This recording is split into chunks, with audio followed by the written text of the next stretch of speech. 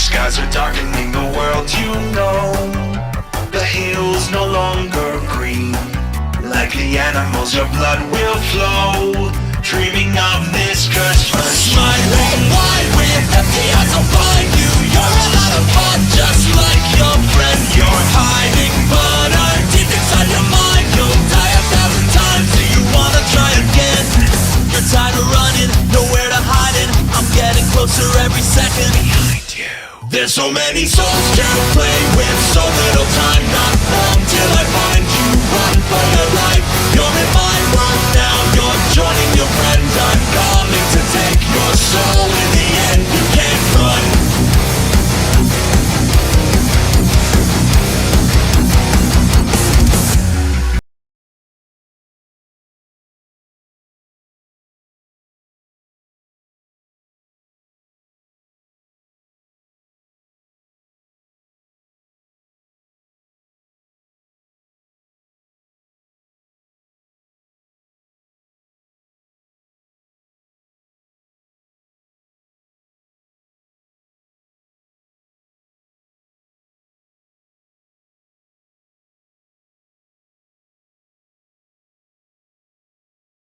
A girl consumed by rage and hatred comes back as something horrifying to seek revenge on those who have wronged her. A company that takes her work and her life continues to prosper while she's embraced by the cold touch of death. But they would know it soon. They will experience the fear that her family felt, the cold touch she refused to accept. Given life in her animations, she will expose them to that bitter truth all living things must come to accept. The story of Lilith is one of misery, anger, and sadness. This is the story of Sonic Rerun and her brutal quest for vengeance. In this video, I'm going to explore her story, abilities, and other media she was going to be in. It's been a while since I've done a classic EXE story video, and I've had this one on the back burner for quite some time. I figured now is a good time to talk about her, so let's explore what led Lilith into becoming this weird monstrosity of Sonic. Lilith Rose was an ordinary 26-year-old woman who had a happy and loving life together with her beloved husband, Thomas Miller,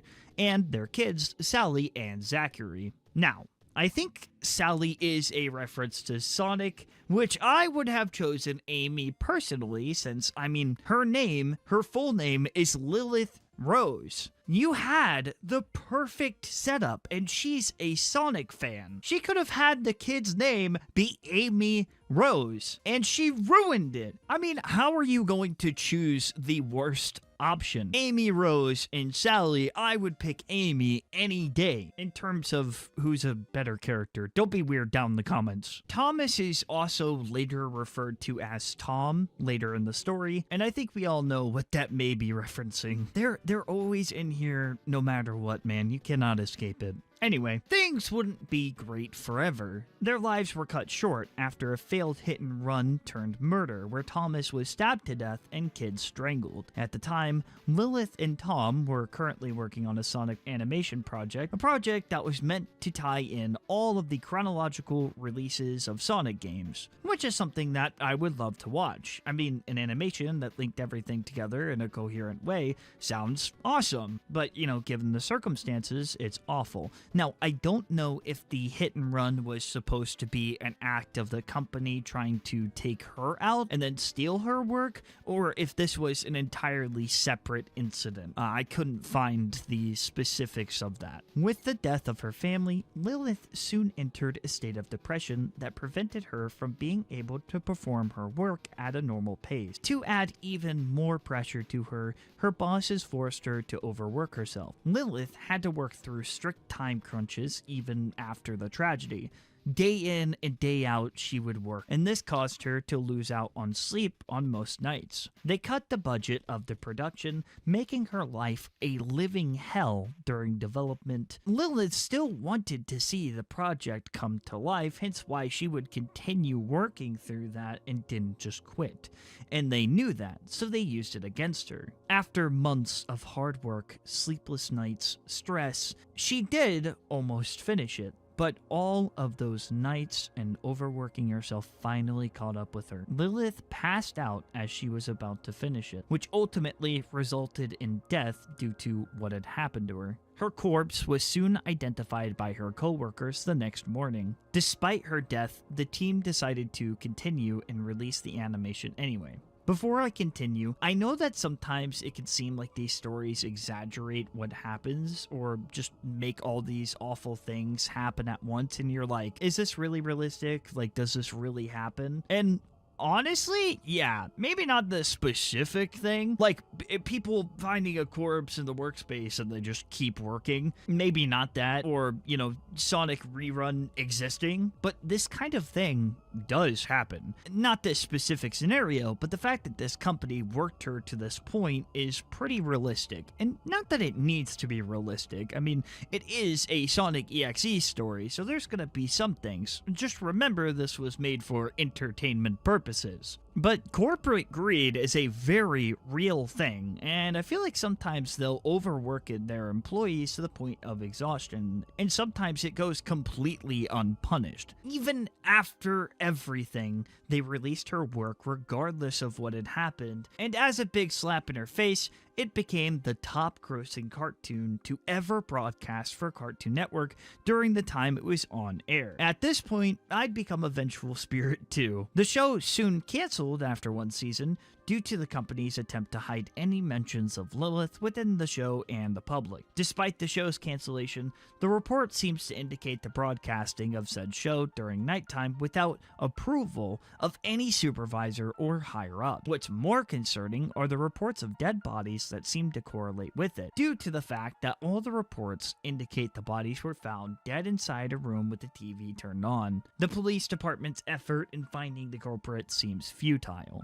What's more is that there is another report of missing people that seem to have vanished at night, until one case of Jason.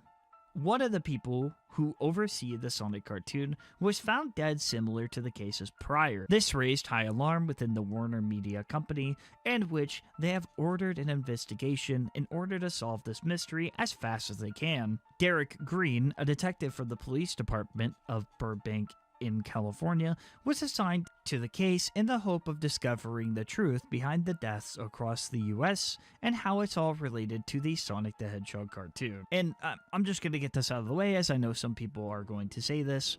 Rerun is similar to Needle Mouse. I mean, they both have a revenge plot and have a sort of rubber hose animation style, but I believe it didn't take any inspiration from the story that I know of. In fact, the creator, Eric Animations, had another creation called Gene X, and I believe they took inspiration from that. Though there is art of both Needle Mouse and Rerun together, all of which looks great. Rerun began to target those who have wronged her or those who got in her way. She was reborn in the things she created and formed herself to be a hateful spirit who will hurt anyone who steps in her path. She's not entirely unreasonable, however, as she does have some moments where she can listen to logic. Deep down, she just wants to reunite with her husband and kids, and won't do anything extremely heinous to anyone who doesn't deserve it. Now, I don't think we ever find out how the story eventually ends. Does she achieve her goal, or does she realize it's finally time to rest and be with her family?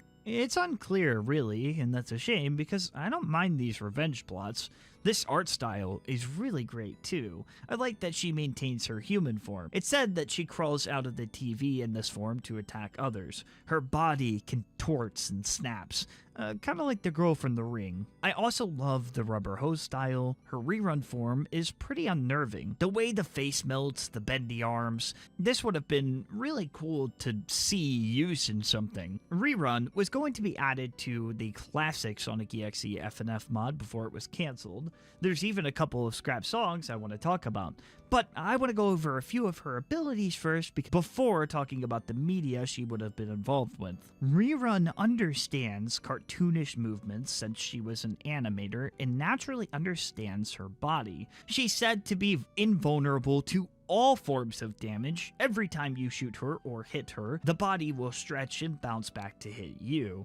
She can regenerate parts of her body, ranging from lost limbs to basic injuries. When crawling out of the TV, her bones crack, but she instantly heals. She can levitate, extend her limbs, and even manifest herself into the real world, as you know. She can shapeshift into many different creatures if she wants to, but mostly switches between her Sonic form and her human form. She can teleport, manipulate videos and animation. I mean, this thing seems to be unkillable, but most vengeful spirits are powerful because, you know, if they could be defeated easily, then they wouldn't be much of a threat. I know you power scalers out there are already asking the question of, can't she beat Goku? But it's important to remember, these powers make the horror monster, well, scary. To see her as unkillable means it's a good antagonist.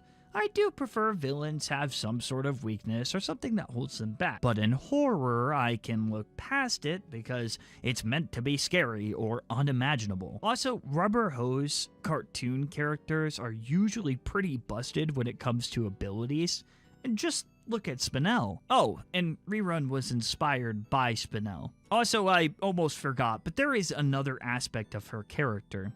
This form is known as Freak Show, and it represents every horrible aspect about herself. She wears her wedding dress in this form, and to my understanding, it's not actually her, just a physical manifestation of the worst side of her. I tried to look around and see if I could find more of the story, which I could have swore I saw some at some point, but when doing research for this video, I couldn't find it. I tried to use the Villains Wiki and tried to search up whatever I could find, though, I came up with nothing, so, well, aside from what I explained in this video. That aside, what I was able to find is some FNF mods she was going to be involved with. The two I could find was an audio-only FNF song called Primetime and another called Hijacked. And this one has a playable chart, though I think it was taken down. Primetime has some awesome art of Lilith coming out of the TV screen, and I can only assume the context is her going after someone. Maybe it was boyfriend, or maybe it was the person that she's been trying to hunt down. The other, Hijacked Transmission, features a pretty good song and some cool animations. She transforms into different versions of herself as it goes on. It even showcases her Freak Show form and Rerun form. It's good to see something relating to the character get some form of spotlight. It has Rerun glitching out and contorting in weird ways, like how I would imagine. It's a shame we never got to see more stuff like that, and dare I say, but seeing this thing in a horror game would be pretty intimidating. Unfortunately, that's all I could find on Rerun. Though we've seen a lot of revenge plots, I like to see unique mixes on it, and coming back to the topic is kind of nice. I myself have wrote a revenge plot, so I personally can respect a revenge plot. There's just something about somebody who deserves it actually getting the punishment, you know, because sometimes people just go completely unpunished, and I feel like that's why we might like these stories, because people just get away with stuff. They can just say whatever they want and get away with it. But in this story, in the narrative, you can control what happens and the punishments that come along with it, along with the lessons to be learned when you go down this path. It's still an interesting concept. But yeah, unfortunately, that's going to do it for today. Thanks everyone so much for watching. Use my code down in the description to get 10% off the best soap you could find. I promise you guys are going to like it. Subscribe, and remember, stay spooky.